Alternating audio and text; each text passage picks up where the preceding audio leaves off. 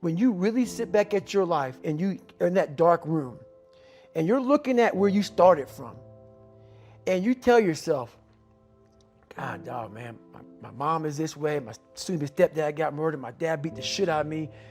I can't read and write to save my fucking soul. I've lied about it to everybody. I've cheated on all these tests. My God, man. And then you put a goal in your mind. How are you going to feel, man, when you accomplish this goal coming from that shit?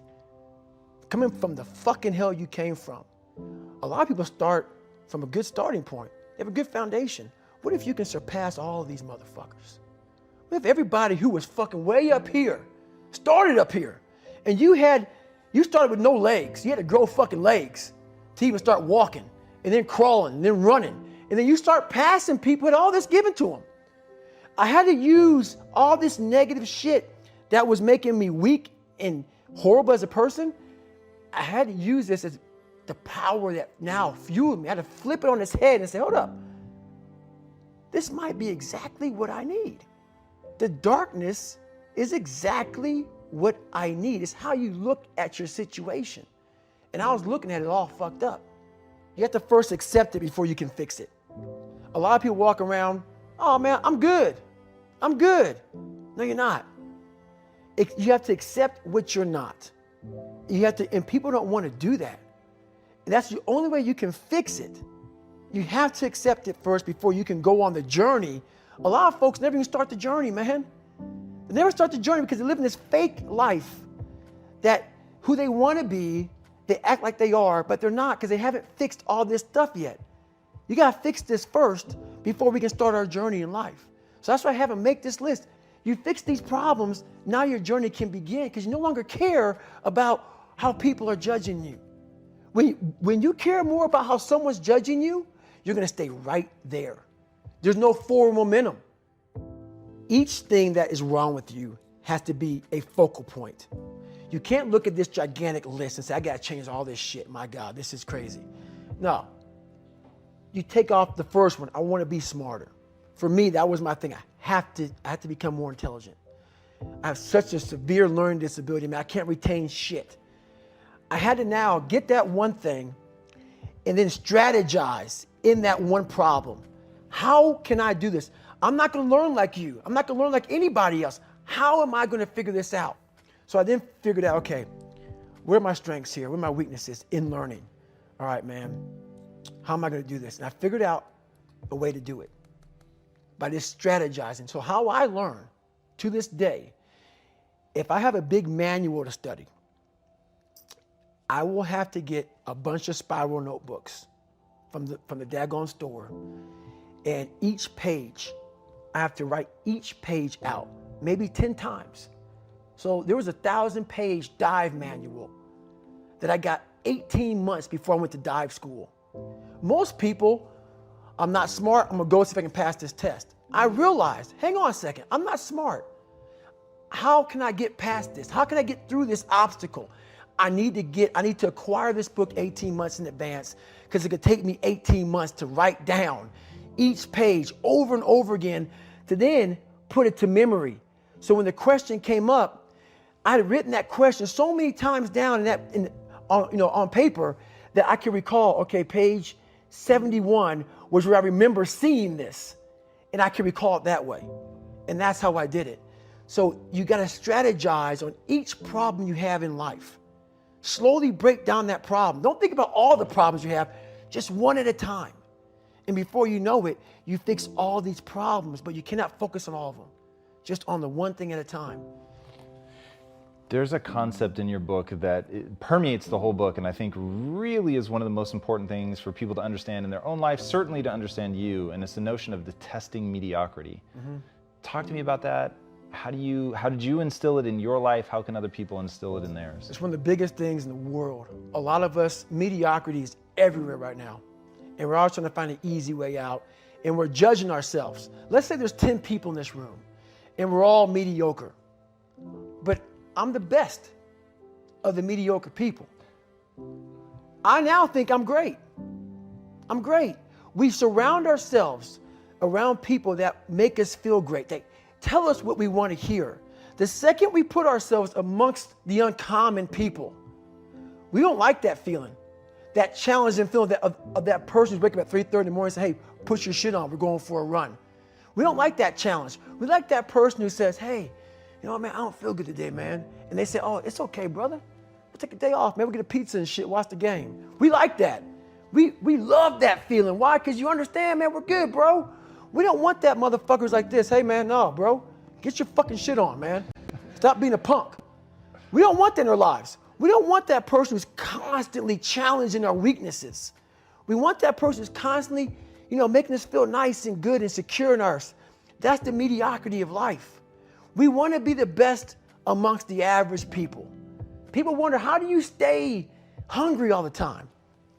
Because after I accomplish something, I don't sit back like a lot of guys who graduate buds, graduate this, graduate that. They get comfortable. They wonder why I'm getting weak, man. I don't know, I lost my edge. What's going on? Because once you hit the top of the fucking mountain, guess what happened? I'm good. I'm good, so you wonder why you're falling down now. Because once you reach the top of the mountain, you got to build a fucking another one. That's mediocrity. There's a lot of people in mediocrity who have a nice resume, but they're one-timers, man. They hit a one-time deal, they busted it open, got a lot of money, but they're good. You're mediocre now, man. What are you fucking doing today, tomorrow, the next fucking day? That's why I don't listen to theorists. I don't listen to all that bullshit. I listen to a motherfucker who's like this, man. What's wrong, man? I'm fucking tired, dude. Why are you tired? Because tomorrow, I gotta do the fucking shit again, man. Whatever the shit is that made me fucking nauseous and sick to my stomach, it made me hurt. There's no ending. And that's the person I listen to. That's the person who's gained knowledge. You gain knowledge through suffering.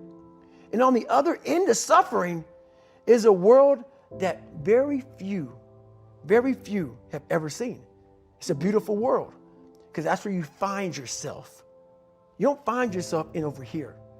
You find yourself on the other end. Like the 100-mile race I was on, I ran it for 24 hours. I found myself on the other end of that fucking race. That 19 hours, I found, wow, there's a whole nother fucking world out here that I've never even saw. But the world is in your mind.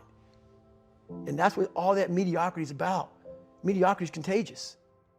I'm a very philosophical person. And I'm going to go there with you real quick.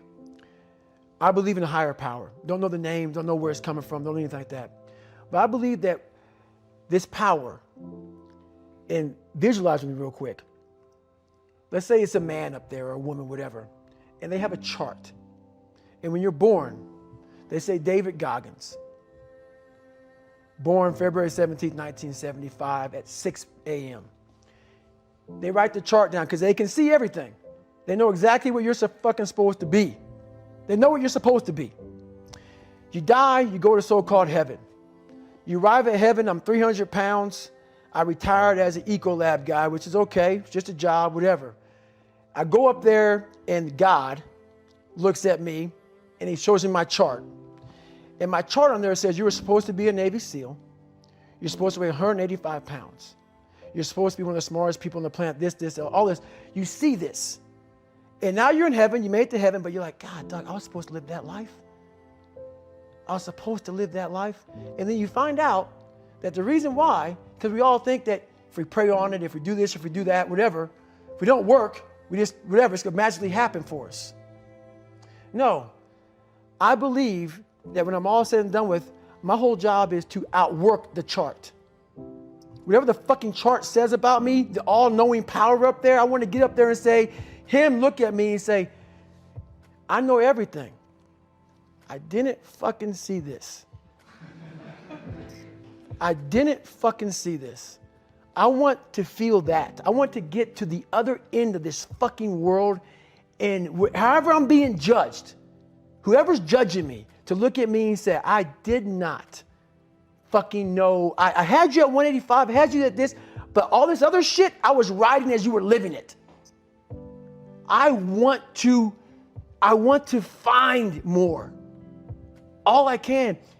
And in that fucking sack of shit, you have to dive in that to find more. Because if you're not willing to go in there and face yourself, And I can find anything. You can live right here on surface, man, right here on surface. So if there is an ending to this world and there is somewhere to go and there's a judgment, you're going to get there and you might see a chart.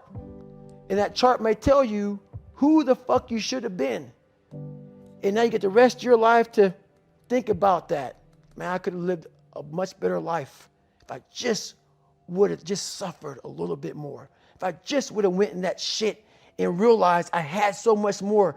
But fear and the 40% and living here versus living here, being afraid, stop me. Hey there, thanks for listening. Tough Love Motivation is a passion project of mine, and every like, comment, and subscribe really helps the channel out. If you enjoyed this video or get something from it, please consider smashing that like button or even give a subscribe. I'd really appreciate it. Thanks.